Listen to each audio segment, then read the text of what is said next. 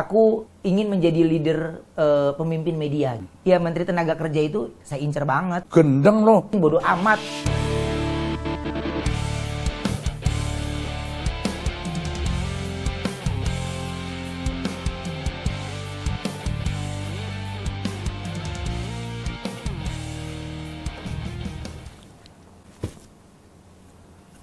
Baik sahabat Bang Yos dimanapun Anda berada, jumpa kembali kita di acara Benang Merah bersama Bang Yos. Sahabat, sebuah sukses tidak selamanya didapat dengan cara mudah. Ada mungkin cara mudah karena memang nasibnya dari orang tuanya dan yang begitu. Tetapi banyak juga yang mengalami perjuangan yang sangat berat, bahkan berangkat dari nol. Oleh karena itu, saya suka sekali mengundang para milenial yang saya anggap sukses. Tidak mudah dia untuk mendapatkan posisi seperti yang dia dapat sekarang ini. Ya, dia akan jatuh bangun, tapi tidak pernah menyerah, berusaha, dan sampai dia sukses. Di antara mereka itu, Ruben Onsu. Terima kasih Bang Yos. Waduh. Yang terima kasih itu aku ya. Gua tahu kamu anak muda, tetapi udah tahulah. Aku sampai ngerti apa aja yang kamu kerjakan ya. Tetapi begitu saya ngundang kamu datang, sungguh saya senang sekali. Aduh, sama kayak aku bangga banget ini bisa berhadapan langsung sama Bang Yos nih. Amin. Seneng nggak percaya awalnya diundang, bener nih. Serius? Serius dong. Aduh, ini gitu. diundang sama orang penting kan seneng banget Ya juga. pastinya. Ruben gini ya. Iya Bang. Aku sudah dapat referensi banyak tentang kamu lah ya. Iya. Kamu dulunya seperti apa waktu kecil gitu, dan pindah-pindah kerjaan dari ini itu sampai menjadi yang paling sukses itu kamu presenter di banyak TV. Iya. Antara kan itu ya. Iya. Dan acara apa aja kamu aja yang jadi presenter kan. Amin. Ya. Itu udah sama sukses di situ. Mungkin juga kamu punya cita-cita. Aku presenter TV mana sih yang belum saya jelajahi? Siapa tahu kamu pengen ke CNN misalnya. Iya keren dong, kan gitu kan? Iya. Betul. Itu. Ada lagi yang saya sorotin kamu begini ya. Dari kesuksesan kamu, juga kamu memperkerjakan banyak orang, menghidupi banyak orang. Nah, itulah yang ingin ketahui karena acara ini memang Ruben ya, kita sharing. Gitu kan. Bagaimana kita itu mempunyai pengalaman yang unik sampai kita bisa seperti ini. Betul. Cerita sekarang kamu. Oke, aduh aku senang banget nih maksudnya. Terima kasih pertama Bang Yos dari kasih kesempatan di sini bisa cerita. Mungkin kalau aku bisa sharing, aku ini memang anak yang lahir bukan dari keluarga orang berada gitu. Jadi bukan dari ibu bapak yang sudah punya ini itu bukan, tapi memang keluarga yang tidak susah-susah banget tapi ya sekolah mentok cuma hidup sampai SMA. Tapi banting tulang lah gitu. Iya. Gitu. Jadi kalau mau melanjutkan sekolah lagi ya harus kerja gitu. Nah, saya memilih untuk akhirnya fokus bekerja. Tapi memang waktu itu apa dasarnya sudah sampai apa waktu kamu SMIP, perhotelan. Oh, perhotelan. Jadi, itu setingkat apa? SMP, SMA? SMA. Betul? SMA ya. Iya. Oke. Jadi pada saat itu bagaimana saya bisa mendapatkan uang, saya jadi itu dulu public area di hotel. Hah? Apa ya kalau sekarang tuh istilahnya ya? Intinya gimana cerita apa? Office boy. Oh, office boy. Office boy.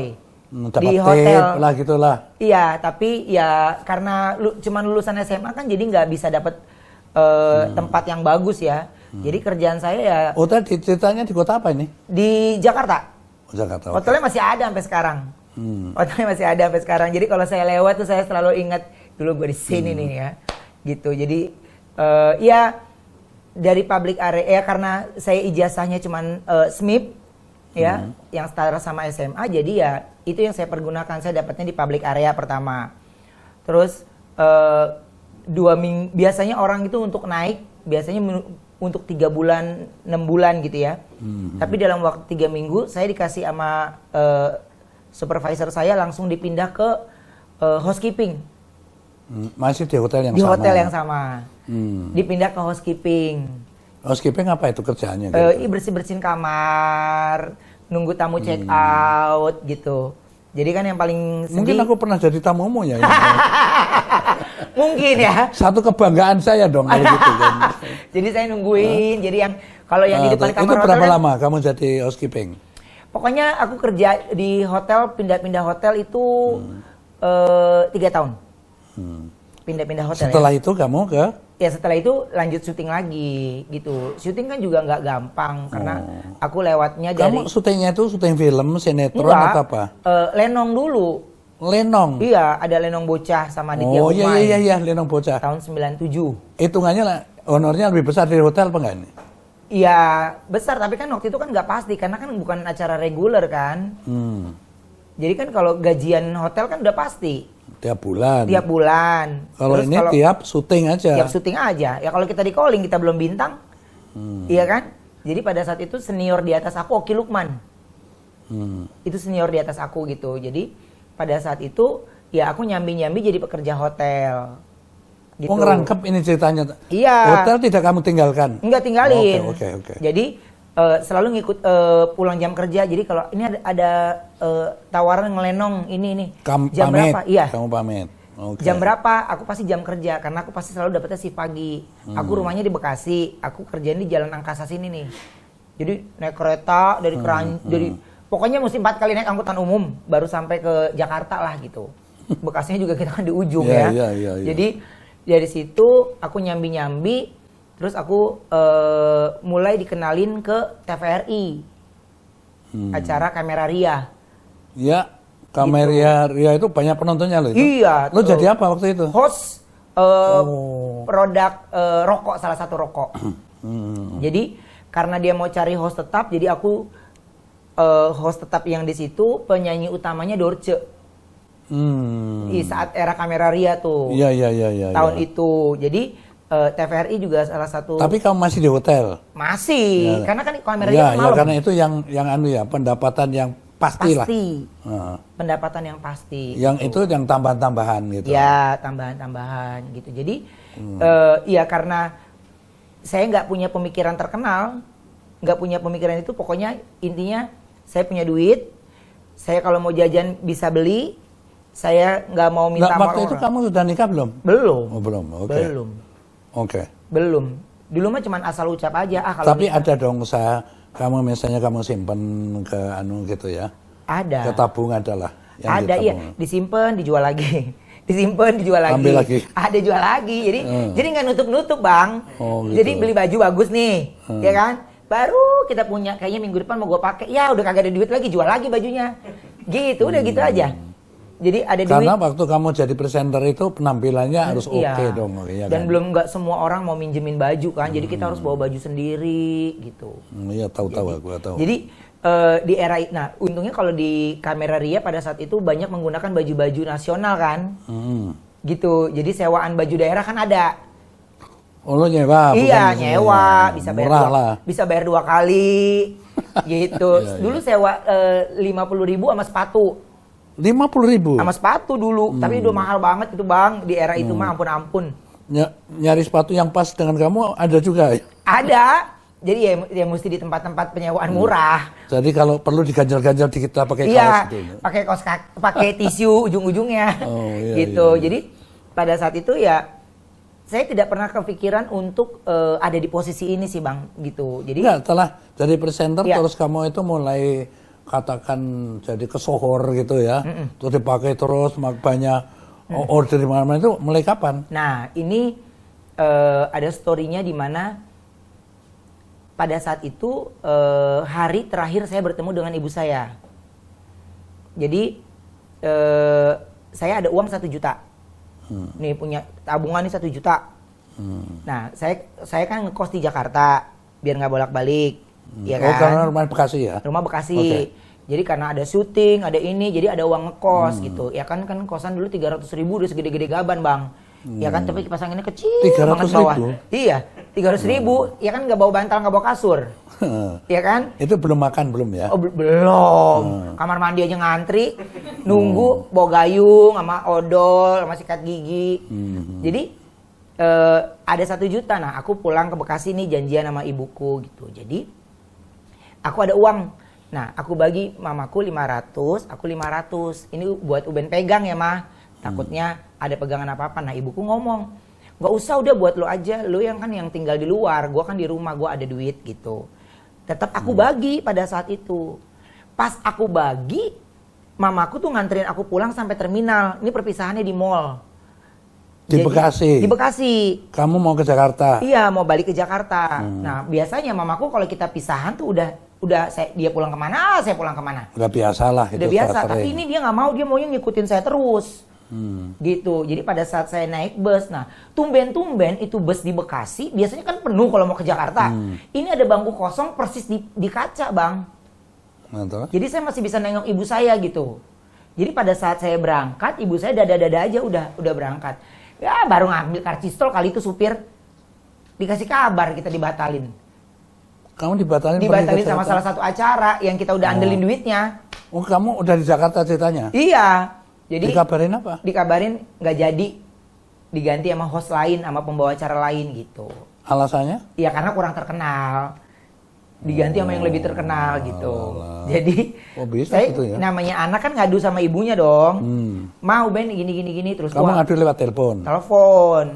Terus mama saya bener-bener nyesel dia nerima duit saya kan. Tahu gitu kan lu mendingan gak usah kasih gue duit gitu. Terus yang 1 juta tadi yang selalu terima. Iya, saya udah mau diambil dia lagi. Enggak, dia nggak mau.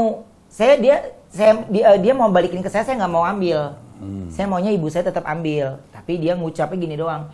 Gue nyesel ngambil duit lu, tapi kalau gue suatu saat ketemu Tuhan nih ya, pokoknya lu gue doain kalau rumahnya Tuhan gue ketutup pintunya, gue gedor pintunya. Pokoknya lu harus sampai cita-cita lu. Gue nyesel nih ngambil duit lu begini nih, kata gitu. Lu harus balik berlipat-lipat nih, lu harus jadi orang kaya, orang sukses. Orang lain pada berhenti kerjaannya, pada apa kerjaannya syuting. Lu pokoknya setiap hari nggak berhenti sampai lu capek sendiri gitu. Udah. Pokoknya itu hari terakhir ketemu, dikabarin jam 2 malam mamaku meninggal. Karena apa? Nggak ada jantung, nggak ada apa. Mamaku meninggal usia 40 tahun. Waktu kamu berita meninggal itu kamu di Jakarta? Di Jakarta. Nah, jadi dari situ aku kan udah syuting-syuting, ya udah namanya udah syuting-syuting udah biasa. Jadi aku awal mulai dikenal orang tuh sama salah satu acara itu, Bang. Aku pengen tahu ya, setelah ibu meninggal ya, kamu meneruskan karirmu itu. Apa pengaruh di dirimu, apa pengaruh kehilangan mamamu itu? Kehilangan. Terlebih memotivasi atau kamu makin putus asa atau bagaimana? Kehilangan, dan terus kalau gue ada apa-apa gue ceritanya ke siapa ya gitu. Karena mama dan papa aku lebih dekatnya ke mama kan sebenarnya gitu. Jadi ya udahlah masih ada papa deh gitu. Jadi ada berbesar hati, tapi namanya kehilangan orang tua kan pasti ada nangisnya, ada itunya. Jadi ya saya bersyukur banyak dikelilingi oleh teman-teman yang baik. Nah, dari situ pokoknya hampir setelah lewat 40 hari saya ditawarin sama acara jadi MC itu cabutan. Nama acaranya Mamma Mia dulu. Di TV apa itu? Di Indosiar. Jadi kontes ibu dan anak. Jadi saya cuma disuruh jadi MC antrian. MC honornya juga nggak seberapa dong? Nggak seberapa. Kan MC antrian doang. Jadi ya karena buat saya, cash nggak nih? Cash. Dulu kan saya gila-gila cash. Cash nggak nih cash? Oke cash. Ambil. Intinya adalah kosan kagak ditagi-tagi, ibu kos kagak ngerongrong depan kamar, ya kan? Kita makanan mie ngebul ya, mie instan juga udah meriah kan Bang sama telur, ya kan? Itu udah mewah. Itu mie instannya bisa dipinjam sama tetangga sebelah. Ya kata gue ganti kalau gak ada duit gitu. Itu bisa gitu. Kita beli sedus aja dipanggil bos di kosan. Iya gitu ya. Ya kan? Jadi pada saat itu aku nggak mikir apa-apa Bang. Gak punya sekarang mobil. Ibu itu manggil kamu yang bos katanya. Jadi habis dari situ aku MC pengganti doang. Udah selesai kan? Nah, terus mereka lanjut lagi ke studio. Di studio aku dicoba lagi. Dites lagi, tapi ditesnya langsung syuting gitu. Mereka tetap suka Indosiar. Terus mereka harus lanjut ke Balai Sarbini era-era dulu kalau mau perform sebuah kompetisi nyanyi itu kan di Balai Sarbini itu adalah pride. Event yang lebih berprestisius lah. Iya, gitu. Betul. Nah, gajinya juga naik dong pasti. Saya pamitan aja, namanya anak udah dapat duit ya. Oh, makasih ya Om. Sukses ya. Udah, balik aja gitu. Saya pamitan aja. Jangan balik lu lanjut lagi ke Balai Sarbini. Hah? Ngapain gue ke Balai Sarbini? Gitu pikirannya. Oh MC off air kali. Pikiran saya kan gitu, MC off air. Nggak apa-apa deh, selama lu cash gue ladenin nih. Gitu. Yang penting duit kan. Nggak peduli dia mau komersial break 7 segmen juga kita ladenin. Ngehibur penonton cuman bagi-bagi kuis. Artinya pendapatanmu terus naik-naik dong. Iya Ya kan? Iya naik. Kamu kosnya pasti pindah kan? Pindah. Pindah yang lebih baik. Iya cuman beda AC doang. Ukuran sama. Oh gitu. Cuman beda dari yang Masih- AC, yang nggak AC kan sono, yang AC agak depan ada parkir gitu aja. Masih kelas murah juga. Masih lah, kelas gitu. murah. Oke. Masuk gang mobil nggak bisa juga. Jadi ya cuman bedanya ke situ. Nah, waktu itu kendaraanmu apa? Nggak ada. Terus kamu naik Ojek apa? aja. Oh. Pokoknya dulu pindahan Ojek rumah itu kan? tukang ojek yang angkat, pindahan kos itu tukang ojek. Kamu yang kalau mau angkat. siaran juga ojekan gitu? Ojek aja. Oke. Karena sampai lokasi juga pasti saya cuci muka, pasti Terus? ini gitu. Oke, presenter terus kayak menanjak gitu. Topnya itu kamu pada saat apa? Mama Mia. Acara Mamma Mia Ya itu. itu. Jadi saya kehabisan baju. Wah ada duit nih. Gue ke ITC beli. Jalan sama tukang ojek kayak biasa. Dari lobi, Ruben. Hah? Kok pada manggil gue? Hah? Foto. Ladenin foto. Sampai lantai 4 gak berhenti foto. Oh berarti gue udah ngetop nih ya. Udah ngetop ya? Gitu. Oh, gitu. Baru sadar lah kemarin gue kayak kesini gitu kagak ada yang ya. manggil gue. Maksudnya ke ITC udah sering. Lah kenapa mereka baru pada syok ngeliat gue sekarang? Gitu. Jadi baru situ gue terkenal. Berapa lama kamu menangani Mamma Mia itu berapa lama? Mamma Mia lama ya. Lama banget itu lama. Dan Mamma kalau Mia boleh tahu honormu berapa? Dihitung tiap bulan apa tiap per episode, siaran? udah per episode. Tiap episode ya? Iya. Episode berapa bayaran? Lumayan lah. Udah ngomong, gua pengen tahu. Pada ngomong. saat itu berapa ya? Saat itu. 5 juta ya. 5 juta tahun berapa itu? Mamma Mia tahun berapa tuh ya? Ada di Google tuh. Itu tiap episode. Tiap episode. Satu bulan berapa kali episode? Satu bulan 30. Gendeng loh. 30 kali 5 juta berapa gajimu? Iya kan potong manajer. Ya lebih besar daripada gaji jenderal dong kamu. Wah gila juga kamu. Tapi kan Bang, pada saat itu kan kita harus modal baju sendiri, sepatu sendiri, terus cari pinjaman jas sendiri, kita balikin laundry sendiri. Jadi nggak ada harganya kita mah. Jadi pokoknya untung tipis deh, minimal nggak ngutang. Oke. Udah mulai terkenal ya. Iya. Katakan duit mulai ya cukup lah gitu. Iya. Terus gimana lanjutan karir lanjutnya? Jadi dari situ syuting, terus iya pokoknya setiap hari syuting udah layaknya sesuai dengan keinginan dan doa gitu ya. Pengen sibuk, pengen syuting, pengen ini. Terus kalau ada sesuatu yang misalnya program kan kalau TV itu bisa hilang, bisa nggak ada ya karena itu kan tergantung rating dan share. Ya. Kalau nggak ada, stres. Ini gimana nih gitu, bingung kan. Jadi suatu saat nih gue harus punya usaha nih gitu. Apa? Suatu saat gue harus punya usaha nih gitu. Tapi usaha lain? Iya usaha lain gitu. Ya kan, Apa di dalam pikiranmu waktu itu? belum ada kepikiran. Karena pertama kali aku bikin usaha itu fotografi nggak jalan. Aku lupa tanya ya. Ya. Tadi mamamu sudah nggak ada kan, Ya. meninggalkan. Papamu masih ada kan? Papaku nggak ada setelah. Oh, papamu itu Iya. lebih dulu tidak ada? Enggak, mamaku duluan. Terus? 8 tahun apa 9 tahun. Kamu baru belum papaku. cerita soalnya tadi Iya. papamu juga meninggal. Meninggal. Lah kamu berapa bersaudara? 4. Nomor? 2. Kamu masih punya tanggungan dong, adik dong? Ada adik 2. Cuman Ya, adikku yang paling terakhir ini yang. otomatis ya jadi tanggunganmu lah ya. Iya. Karena papa mama tidak ada kan. Betul. Dan mereka tinggal di mana pada saat di Bekasi rumah sendiri? Sendiri. Mereka di sana dong. Iya, tapi kalau kakakku kan di Bogor, dia udah punya rumah di Bogor. Sebelum papaku meninggal, aku udah ngebangunin rumah di Bogor, di perumahan bagus. Sebelum aku punya kolam berenang, dia udah duluan punya kolam berenang. Jadi pada saat itu aku punya duit itu nggak buat aku dulu, Bang. Jadi papaku udah berangkat ke Eropa, udah sempat nginjekin luar negeri deh. Oh gitu ya. Mamaku malah nggak pernah nginjek Bali aja nggak pernah. Iya, lu masih miskin Susah. kan kan. Iya. Jadi Ya, itu. intinya aku ada kepuasan gitu kalau untuk papaku Ya, pada ya, saat ya. nggak ada dia minimal banyak tempat yang dia kepengen sudah aku wujudin gitu. Yang dimana aku aja belum nginjekin. Jadi aku baru nginjek luar negeri itu setelah papaku nggak ada.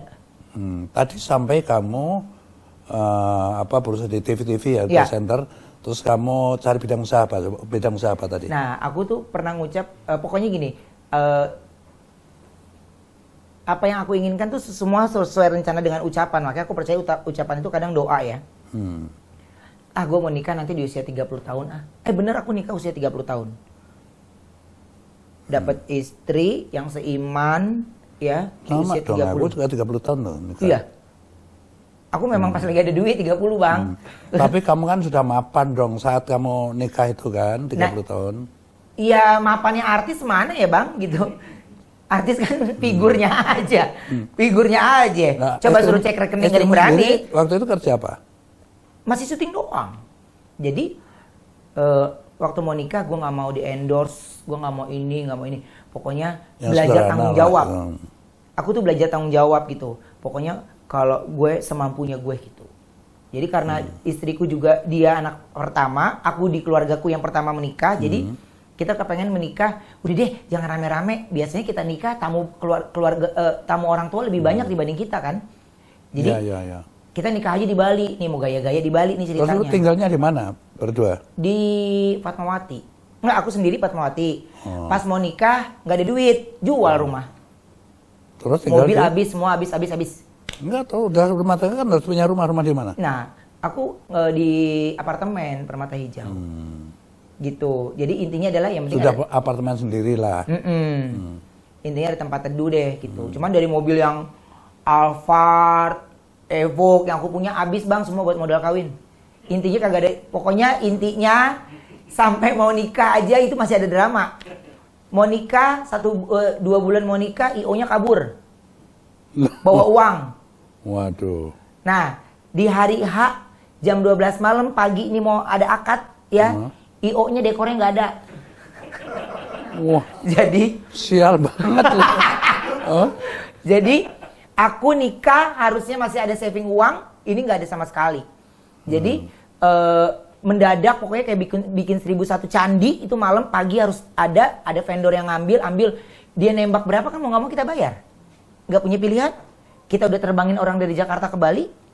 Jadi abis ngundang cuma 75 orang, Bang.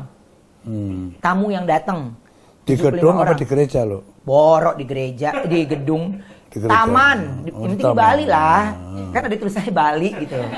Ya kan, yang penting Bali gitu. Tapi senengnya sendiri kan. Ya. Jadi pokoknya uang habis semua tuh, Bang. Yang tadinya habis nikah nih, wah gue bisa kesini. Nggak ada, Bang. Pokoknya habis salam-salaman semuanya cuma 75 orang. Ngasih makan orang makan enak 75 orang. Aku aja makan gak ada yang kemakan. Makanannya makanan Eropa ya, aku nasi goreng sama nasi uduk aja hidup, itu makanannya mentah, makanan orang tahu, Adriana.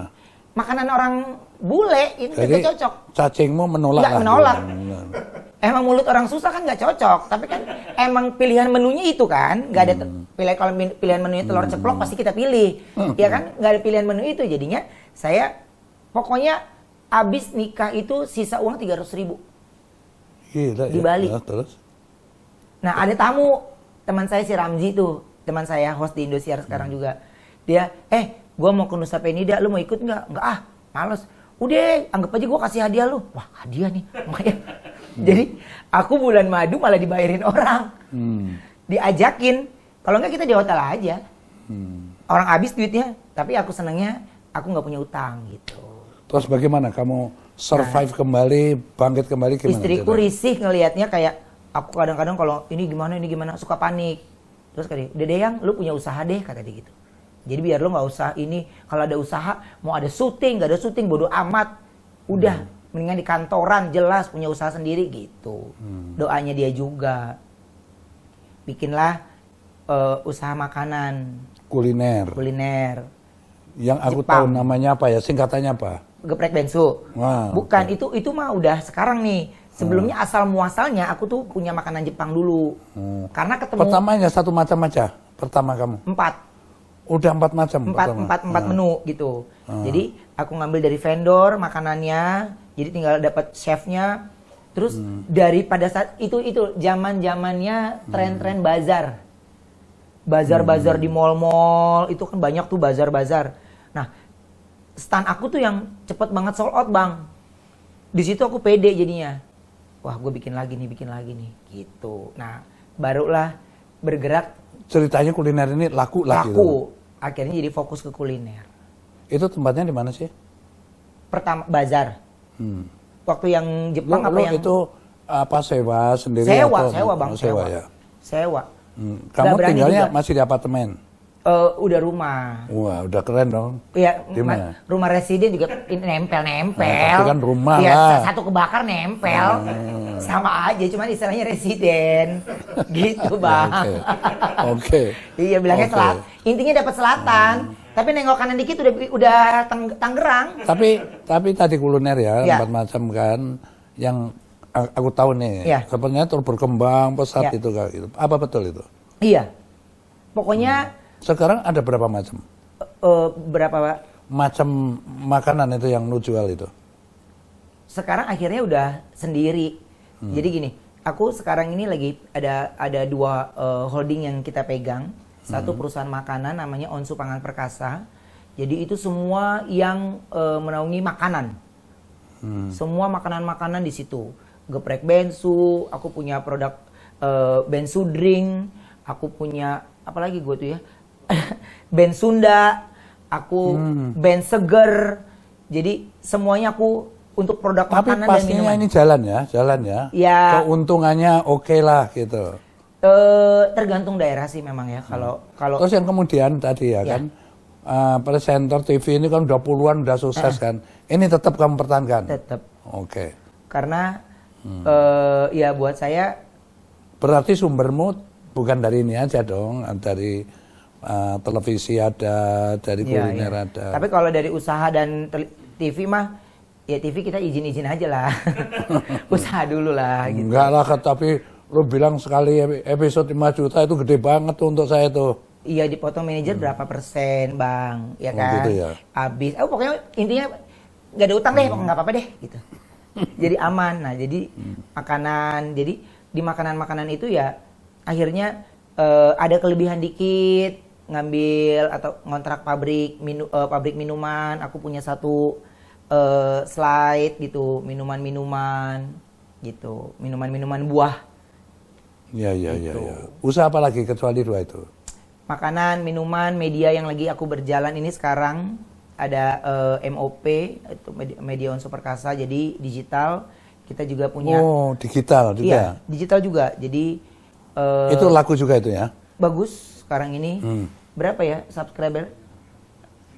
7,8 M subscribernya gitu. Masih banyak yang lebih banyak sih, cuman karena kalau MOP yang aku bikin ini itu adalah untuk aku seperti bikin mini TV, Bang, gitu. Jadi kita punya talk show, kita punya hiburan, kita punya acara horor, kita punya acara yang lainnya gitu.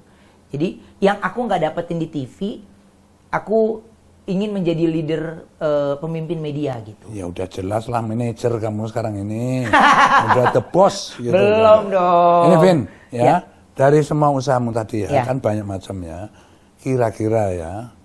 Kira-kira berapa orang bekerja sama kamu nih? Kalau sebelum pandemi nih ya, itu kita sempat mencapai 6.500, Bang. 6.500 itu besar loh itu. Besar. Itu sebelum pandemi. Ya, setelah pandemi kan ada dampaknya tetap ya. Wah, akhirnya kamu luar biasa tuh bagaimana? Dahsyat sekali. Dahsyat. Bahkan saya ketika akhirnya memutuskan untuk lay off mereka yang akhirnya dari perusahaan kita, saya yang nangisnya tuh nggak berhenti.